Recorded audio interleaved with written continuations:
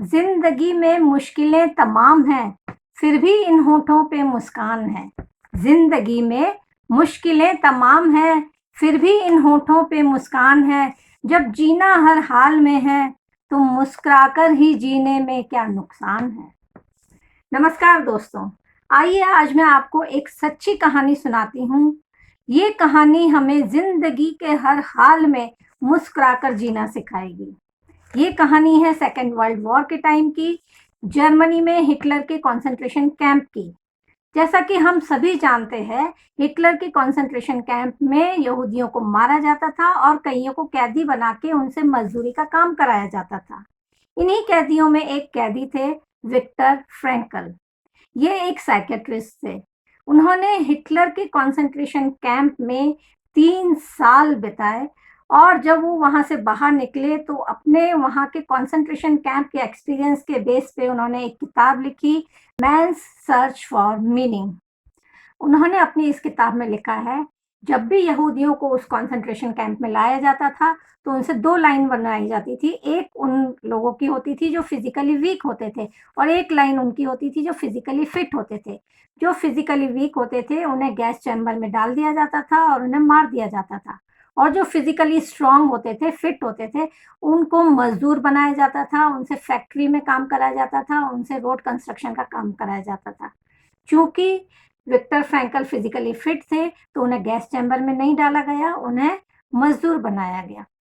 उन्होंने उस concentration camp में जब 3 साल बिताए तो एक बात उन्होंने नोट करी कि कुछ लोग इस विषम परिस्थिति में, इस अत्याचार वाली परिस्थिति में भी जी रहे थे और कुछ इस अत्याचार को, इस विषम परिस्थिति को सहन नहीं कर पा रहे थे और वो आत्महत्या कर लेते थे। उस कंसंट्रेशन कैंप के चारों तरफ वायर की फेंसिंग थी और उसमें इलेक्ट्रिसिटी फ्लो होती थी। तो जो लोग इस परिस्थिति को सहन नहीं कर पा रहे थे, वो जाके खुद ही उस वायर से चिपक जाते थे और आत्महत्या कर लेते थे। तो उन्होंने सोचा ऐसा क्या है कि कुछ लोग जी पा रहे हैं और कुछ लोग जो है आत्महत्या कर रहे हैं। तो उन्होंने वहां पर रिसर्च चालू करी और उनको ये पता लगा, जिस भी इंसान के पास एक मीनिंग होता है लाइफ में, एक पर्पस होता है, एक मिशन होता है, जो ऐसा सोचता है कि एक दिन मैं इस कंसंट्रेशन कैंप से बाहर निकलूंगा तो ये अचीव करूंगा, ये एम पाऊँगा, या किसी इससे मिलना है मुझे, उससे मिलूँगा। तो जिसके पास कोई एम है, मिशन है, पर्पस है या मीनिंग है लाइफ में, वो उस परिस्थिति में भी जी पा रहा था। और जिसके पास लाइफ में मीनिंग नहीं था और तो वो जाके आत्महत्या कर ले रहे थे। उनका एक कोट बहुत ही फेमस है, those who have why to live can bear with almost any how. जिसके पास जीने का कारण है, वाय है, वो किसी भी परिस्थिति में जी सकता है। तो दोस्तों, हमारी परिस्थिति उस कंसंट्रेशन कैंप जितनी बुरी नहीं है। हम सबके पास अपना अपना मीनिंग है, मिशन है, वाय है। जैसे ही लॉकडाउन खत्म होगा तो हमको होपफुल रहना है कि हम अपना अपना मिशन, अपना अपना एम, गोल पूरा करेंगे। एक और बहुत खूबसूरत बात उन्होंने बोली है, परिस्थिति कैसी भी हो, हम उसमें कैसे रिस्पॉन्ड करते हैं वो डिसाइड करता है कि हमारी ग्रोथ होगी कि नहीं होगी। कई बार परिस्थिति हमारे कंट्रोल में नहीं होती है, हम लाख रोलें पर हम उस परिस्थिति को नहीं बदल सकते हैं। विक्टर फ्रैंकल और उनके साथी कंसंट्रेशन कैंप में उनको 3 साल बिताने थे, चाहे वो रो के बिताएं, चाहे वो हंस के बिताएं या कैसे भी बिताएं।